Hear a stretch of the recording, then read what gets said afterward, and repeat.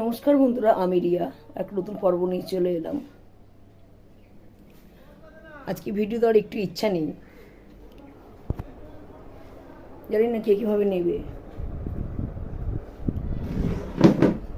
ভোরবেলা দুঃসংবাদ এলো যে আমার কাকা শ্বশুর, অবশ্য এখানে থাকেন না, উনি থাকেন কুচবিহার, মারা গেছেন। যিনি আমাদের বাড়ি এসেছিলেন, কদিন ছিল, খারাপ লাগছে।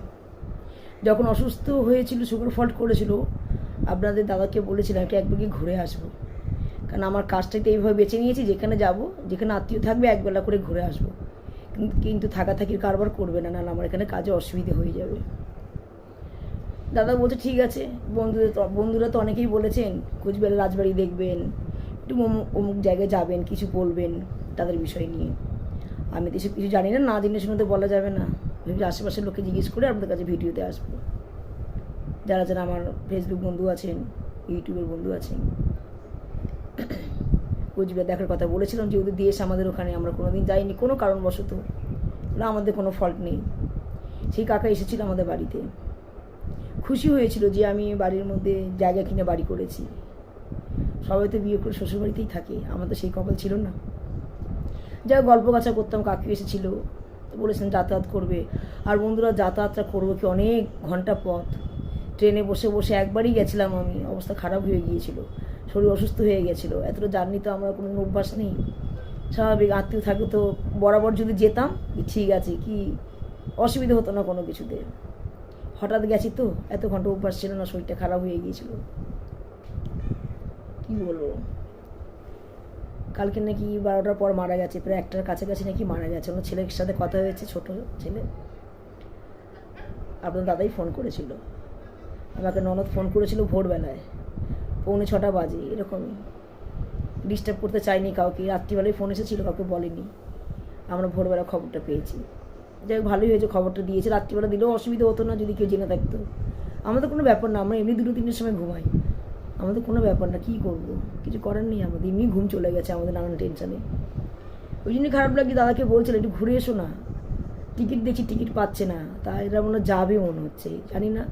দাদাকে বললাম তুমি একটু অন্তত ঘুরে এসো, নাহলে খারাপ দেখা জায়গাটা। যেহেতু কাকা ছোটো ছেলের সাথে সকালে কথা হয়েছে, কাকির পাশে দাঁড়ানো দরকার। জানি সবাই আছে, বড় ফ্যামিলি, অসুবিধা হবে না, তাহলেও একবার চোখে দেখেছি তো বন্ধুরা, খারাপ লাগছে খুব। আর কাকার বিভিন্ন ধরনের কথা মনে আছে, মারা গেছেন বলে তাই বলছি না, আমাদের বলতো আসবা যাবা আসবা। এই ভালো, এই মানে মন্দ মানুষের মধ্যে কাজ করে, সেটাই বলি। মানুষের বয়স হচ্ছে, আর উনি ফ্যামিলিটা না মানুষ। ছোটো কাকাও মারা গেল, কথা হয়েছে, একবার দেখলাম, যাকে চোখের দেখা দেখে নিলাম, একবার 2বার দেখেছি কাকাকে। তখন আমার ছেলে মেয়ে ছোটো ছিল, একবার এসেছিলো। ওই কাকাকেও থাকতে বলেছিলাম, বলছে না আমার ছেলে ছোট্ট, মানে একটা ছেলে আছে, ছোটো কাকার ছেলে আছে, ছোটো বৌমা থাকবো না, একদম ছোট্ট বাচ্চা থাক। আমারও ছোটো বাচ্চা, ওনারও ছোটো বাচ্চা ছিল, স্বাভাবিক। বাচ্চার কী ব্যাপারটা আমরা তো বুঝি ভালো মতো।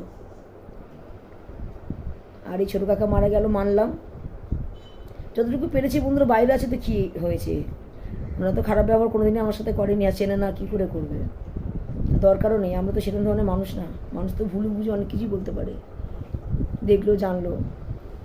ছোটো কাকার বেলাও মানলাম, যেটুকুনি কানে এসে যতটুকু পেরেছি মেনেছি।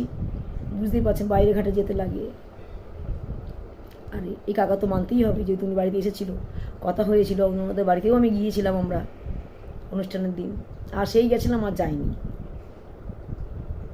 2-4 ঘন্টা 5 ঘন্টা পথ এলে বন্ধুরা যাওয়া যায়, এত ঘন্টা পথ, নিজের অসুস্থ হয়ে যাচ্ছে। যাই যেখানে থাকুন, ভালো থাকুন। লাস্ট দেখাও দেখতেও পেলাম না, যদি ভিডিও করতো একটু দেখতে পারতাম ভিডিওর মাধ্যমে, সেটাও। যাই হোক, দাদা মনে যেতে পারে বাড়ির দিকে, দেখা যায় কী হয়। তাদেরকে বললাম যদি যাও, ওরা আমার ননদরা যাচ্ছে, তুই একটা প্রোগ্রাম থাকলে ছেড়ে দাও। আর আমাদের প্রোগ্রাম ভিত্তিকই চলে, 2-4টে প্রোগ্রাম চলে যাওয়া মানে আমাদের বিশাল ব্যাপার। এটাই তো সিজনে পয়সাগুলো গুছিয়ে রাখে। চলুন বন্ধুরা, কী করবো নিজেও জানি না, কিছু ভেবে উঠতে পারছি না। সকালবেলা পরোটা করেছিলাম, এই ঘুমটা ভেঙে গেছে, সকাল সকাল কাজ করে নিলাম। পরোটা করেছিলাম, ঘি দিয়েই করেছিলাম, এই সাদা আলুর তরকারি করেছিলাম, ছেলেটা খাবে আর দাদা খাবে, আর একটু চা করেছিলাম, করে খেয়ে নিয়েছি। আর এখন সিদ্ধ ভাত করবো, না হলে ওই আতপ চালের আর মুগ ডাল দিয়ে খিচুড়ি করে নেবো, না হলে আর কিছু করতে পারবো না। কেন ভাগ্যিস আমার ছেলেকে রাত্রি বলছে মা ভালো লাগছে না মুখে, একটু চিকেন না রেখে তো সকালবেলা রান্না করবে। ভাগ্যিস আনিনি, আমাদের প্রায় দিন রাত্রিবেলা করে মাংস আসে বন্ধুরা, মাছ মাংস প্যাকটাপ থাকে। কী মন হলো কালকে সব মাছগুলো রান্না করে ফেলেছি, ফ্রিজগুলো মুছেছি। এবার কটা ডিম ছিল, ডিম তো থাকি, সব বাড়িতেই ডিম থাকে, সেই ডিমগুলো আবার এক সাইড করে রেখে ফ্রিজটা পুরো মুছে নিলাম সকালবেলা উঠে। আমার ছেলের কথা শুনে ভাগ্যি রাত্রিবেলা মাংসটা আনিনি, বলছিল মা মাংসটা নিয়ে আসছি, আর মা আনিস না, সকালবেলায় আনবি। ভাত বসিয়ে দিয়েছি বন্ধুরা, কী করবো রান্না করবো কি বুঝে উঠতে পারছি না। ফেনা ভাত বসিয়েছি, খিচুড়ি করিনি। আলু তরকারি আছে নিরামিষ, দিয়ে খেয়ে নেবে সব। অনেকটা পরোটাও রয়েছে, যে যেটা করে খাবে, ফলটাও তো রয়েছে। একটু পরে ভাতটা নামিয়ে দেবো। আর চালটা খুব তাড়াতাড়ি হয়, ছেলে দিদার বাড়ি গেছে, আসি বলে কাশি চলে গেছে, ওই রকম করে। ঘুমতে উঠলো বেলাতে, আসলে নিস্তেজ হয়ে যাচ্ছি, এইসব খবর শুনে তো খারাপ লাগছে। সারাদিনের ভিডিও দিতে পারিনি, সন্ধে হয়ে গেছে, এখন তো সন্ধেবাতি দিতে পারবো না, পুজো আর্চনাও দিতে পারবো না। শুয়ে পড়েছিলাম, মেয়েও বাড়ি চলে গেল, মেয়ে এসেছিল দেখা করতে, চলে গেল। সামনাসামনি আসলে মেয়ে আসে, ছেলে চা করে দিচ্ছে, নিয়েও এসেছে, মাথা যন্ত্রণা করছে। ও কিছু খায়নি, দেখুন ও কিছু খায়নি, যেরকম ফেনা ভাত করেছে ওরকমই ধরা রয়েছে। আমরা পরোটা খেয়েছিলাম, মেয়েও দুটো খেয়ে গেল। দিদা ফোন করে বলেছে খাস না তো মা, এখন অসুস্থ হচ্ছে বাবা মার। বলে কী হয়েছে, আমি তো বাবা মারই সন্তান, কেন খাবো না। ভাত খায়নি, পরোটা তরকারি খেয়ে গেছে। ভালোবাসি ঘিয়ের পরোটা তরকারি, ভালোবাসি।